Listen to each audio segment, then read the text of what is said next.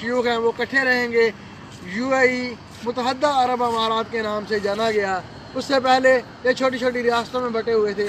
ابو Dhabi ایک علیحدہ ریاست تھی اور یہ دبئی علیحدہ ریاست تھی. فجیرہ، راس الخیمہ، ام القوین، شارجہ، یہ سارے کے سارے اپنی اپنی ریاستوں میں بٹے ہوئے.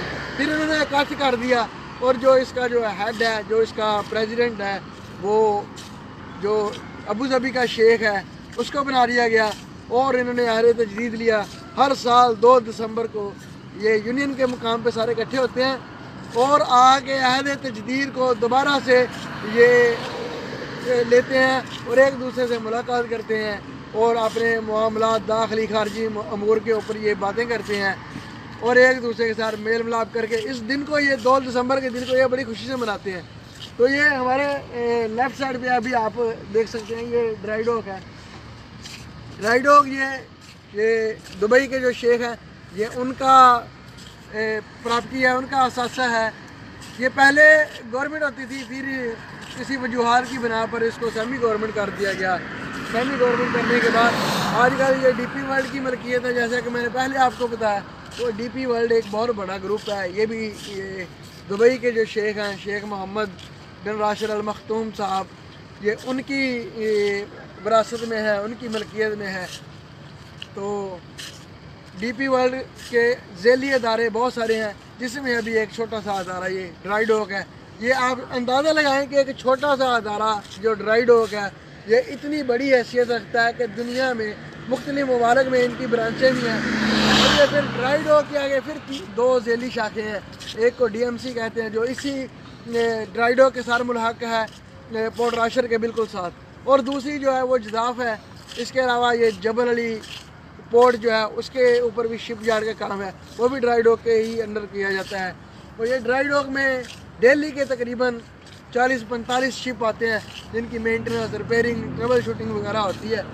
اور یہ ٹوٹل کنورژن، اس کے بعد نیو بلڈنگ، اس کے بعد ریپیئرنگ، مینٹننس، ٹربل شوٹنگ، سارے کا سارا کام جو ہے نا یہ ڈرائی ڈاک کرتی ہے شپوں کے حوالے سے. اور شپ لائن میں ایک نام ہے، وہ بہت بڑا نام ہے، دنیا میں ایک اپنی منفرد حیثیت رکھتی ہے اور بارہا دفعہ یہ سالانہ بیسس پہ کوالٹی ریوارڈ جو ہے وہ وصول کر چکی ہے.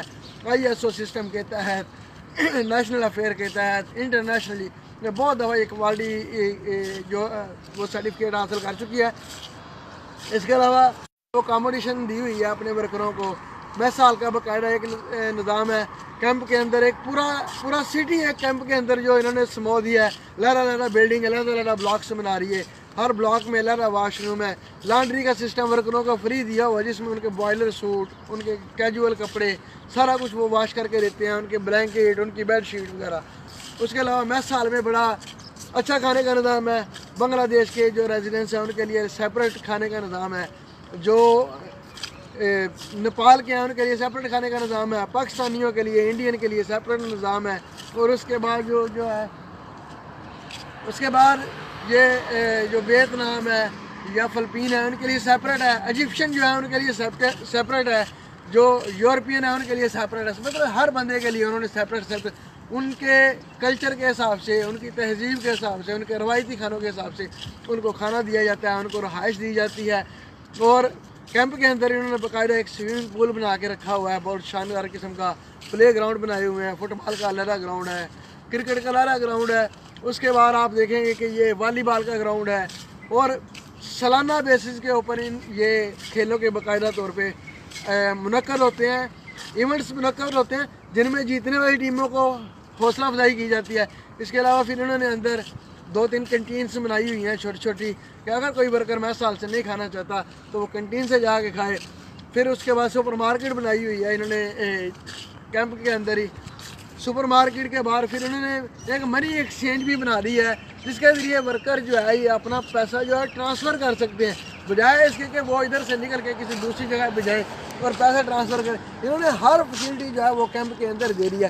جم خانہ بنایا ہوا ہے، کیرم بورڈ، ایون کہ وائی فائی کی سہولت بڑے بڑے بلاکس کے اندر جو ہے نا یہ کرسیاں لگا کے، ٹیبل لگا کے بڑے اچھے طریقے سے ورکروں کو بیٹھنے کی سہولت پرووائڈ کی ہے کہ آؤ بھائی بیٹھو آرام سے، معزز طریقے سے بیٹھ کے آپ وائی فائی چلاؤ. تو کیمپ کے اور ڈرائی ڈاک کے درمیان میں